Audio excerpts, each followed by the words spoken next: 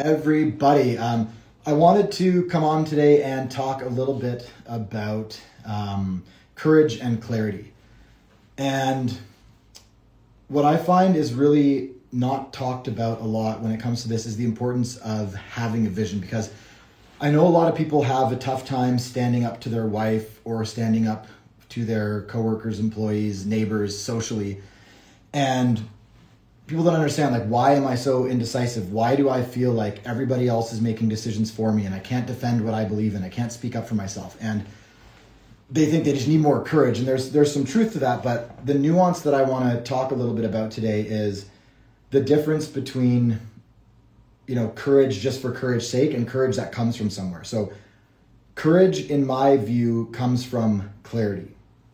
If you don't have clarity about who you are, what you want out of the world, what your values are, what you're aimed at, what your ultimate goal is, where you want to try to get in your career, in your family, in your personal health, that lack of clarity is what breeds a lack of courage, right? Because the typical process that happens is let's say you want to run your family a certain way, right? Or you want certain decisions to be made for the kids, or how you and your wife spend your free time on date night or hobbies or whatever. And you present your idea of what you want to do. Other person comes in more forcefully and says, no, this is bad, or guilts you. And then you back off really quickly and you end up going along with somebody else's vision for what you should do. And this leaves a lot of men feeling like they are an extra in somebody else's movie, right?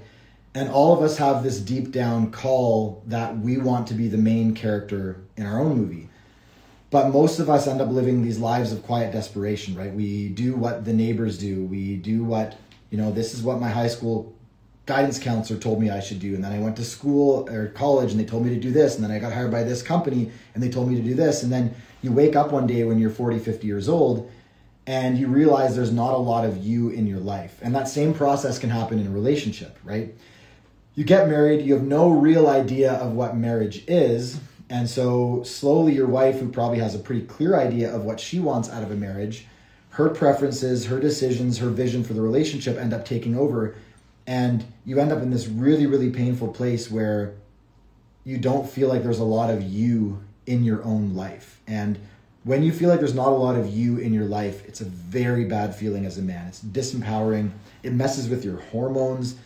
It messes with your neurochemical, balance. Like, it really throws you off, and it can leave you in this place where you don't have that mojo, that necessary kind of momentum to even get going in the first place. And so you live life at half speed, or you live in that state of failure to launch, kind of watching life pass you by, wondering why you look at your peers and they seem more like men than you. They seem older than you, even though they're the same age. They seem like they're so much further ahead than you, even though maybe they're not actually in a material or financial sense, but you get that feeling. And this all comes on some level from a lack of clarity about what you actually want. So the way to solve this is to get really clear on where do you actually want to be in your life, in your relationship, in your career, with your family, with your health and your fitness. And I don't mean clarity in something as simple as, well, I want to make $100,000 a year. I mean really, really granular, right? Get very, very specific with it, because the more specific that you get, it's like you're downloading a roadmap of how to get somewhere to your subconscious mind. And when you get really specific, right? Let's say you write down a vision of where you want to be in 10 years and you say, I wake up in this type of bed, with this type of view, in this part of town, and I go downstairs and make my coffee in this kind of machine, and my wife walks in and she greets me this way, and my kid comes in the door from biking that morning and he's got a smile on his face because this just happened, and then I go get in my car and I feel really good because I'm on my way to working in this type of office. Like, you get really, really specific, and that does two things. That specificity, I don't know what happened there, but that specificity, it sinks in on a subconscious level, and it also allows you to feel the emotion of the moment, right? So when you feel how good it would feel to live that life, that actually starts to orient your being towards that destination. And if you get really clear on, what you want for your family, right? You're the king of your kingdom. What does the king's vision of the kingdom actually say? Right? Where do you want to go? What relationship do you want to have with your wife and with your kids? How do you want to be greeted when you walk in the door? How do you want to fight with your wife? What priorities and hobbies do you want to pursue together as a team? And if you get really granular on that vision and you actually understand exactly what it is you want your kingdom to look like, how you want to operate, the values that you have, right? Because some people value freedom, some people value security, some people value technology, some people value nature, right? Like, what are your values? Google a list of values and select the ones that matter the most to you, because until you're clear on that, you're going to be bumping into other people who are clear, and you'll end up being an extra in their movie rather than the main character in your movie. So make that vision for all of these things. And what will happen is the next time your wife tries to kind of bulldoze you with her perspectives, the next time your coworker tries to do that, the next time your neighbor tries to do that, rather than overanalyzing and wondering how to defend yourself and feeling like you could have stood up for yourself, but you didn't, you just went along with it, your default mode will be to protect what you believe in.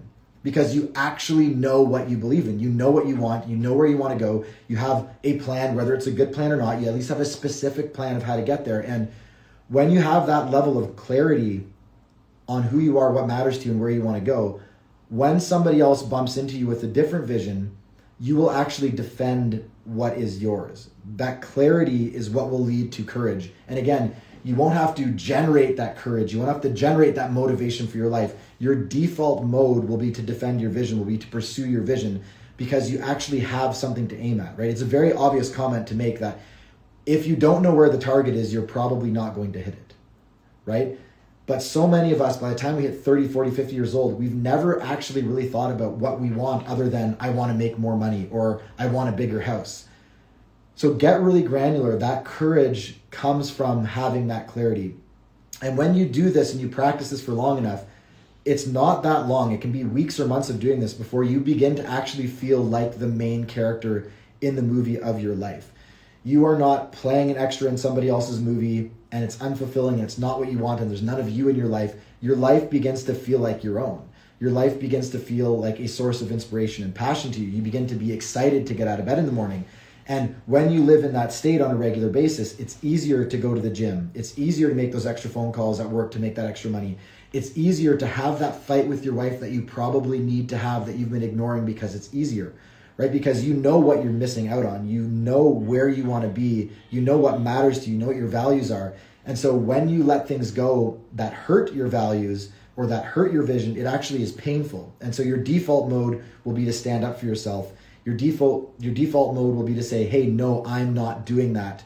This is why. And it's crazy, like simple little things. You tell your wife, hey, I've got this amazing Italian restaurant I really, really want to go to. I've been waiting for it to open for 6 months. I'm so excited about it. She goes, oh, well, I'm kind of feeling like sushi today. A lot of them will go, oh, okay. And then they'll kind of go to sushi and they won't enjoy it. Her wife can sense his energy isn't very good. He gets resentful of her. But if that same moment happens after you've done these seemingly unrelated exercises to clarify your values and what you want out of life, your wife goes, oh, I'm feeling like sushi today. You will, without even trying to, you'll stand up for yourself. You'll go, hey, we can go to sushi another time, but I'm really excited about this Italian restaurant. I'd love you to come with me. And she'll feel that energy. She'll feel that purpose, that power that you have. And again, that comes from clarity. That courage comes from clarity. And she'll actually most likely go, oh, okay, that sounds fun. Because she'll feel what you're feeling. She'll absorb some of that excitement, that purpose, that determination that you have, that strength, for lack of a better word. And she'll want to be a part of that. She'll want to experience that joy that you're experiencing, right? So, one of my coaches, my head coach, Damien, says, your life has to look exciting to her. You want to be on that fun bus.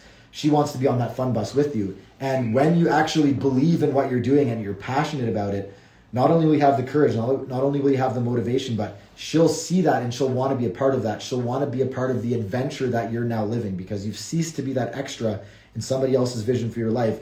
And you're now the main character of your movie. And maybe that movie has not got anywhere yet. Maybe you're not really happy with where things are at in any category of your life. But when you have that spirit of adventure in you and you're embarking on that hero's journey, the people around you can sense that energetic shift. It's remarkable how quickly, especially women, pick up on that energy. And you'll notice that people are attracted to you. People are interested in what you're doing. People look at you when they're telling a story instead of looking at everybody else at the table and ignoring you. All of those shifts on some level come from the courage that clarity with your vision gives you. So my advice to anybody who's kind of feeling a little bit lost or feeling like they're an extra in somebody else's movie is take the time to write out in as much detail as you possibly can, but do a bad job if a good job seems intimidating. you don't have to do an amazing job, but if you can, write out a lot of detail. What do you want your family life, a day in the life of your family to look like 5 years from now? What do you want a day in the life of your career to look like 5 years from now? What do you want a day in the life with your fitness to look like 5 years from now?